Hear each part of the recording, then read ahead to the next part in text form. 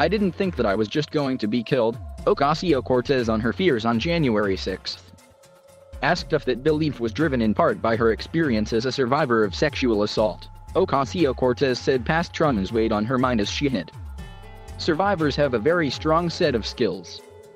And the skills that are required as a survivor, the tools that you build for resilience, they come back in right away, Ocasio-Cortez said in an interview in her district in June. And for me, I felt like those skills were coming right back so that I could survive.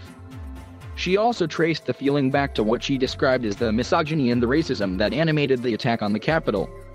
White supremacy and patriarchy are very linked in a lot of ways, Ocasio-Cortez said. There's a lot of sexualizing of that violence.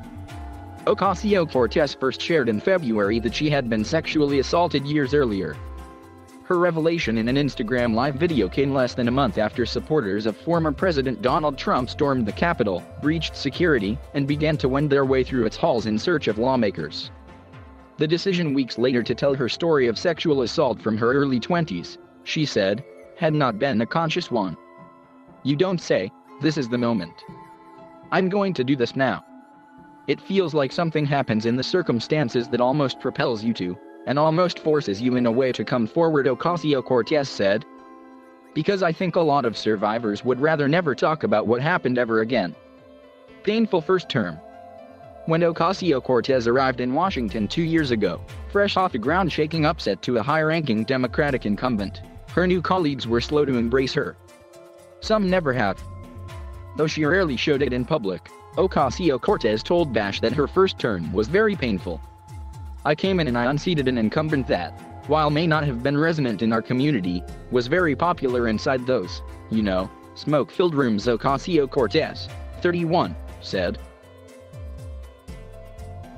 I took away a friend.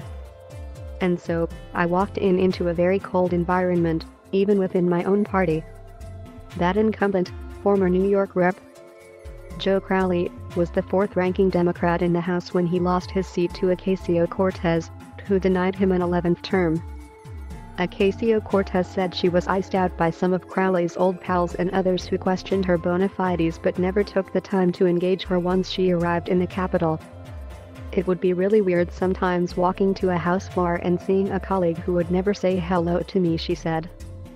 And it felt like, man, it's really tough to have people make opinions about you that are sitting right next to you who won't even start a conversation with you.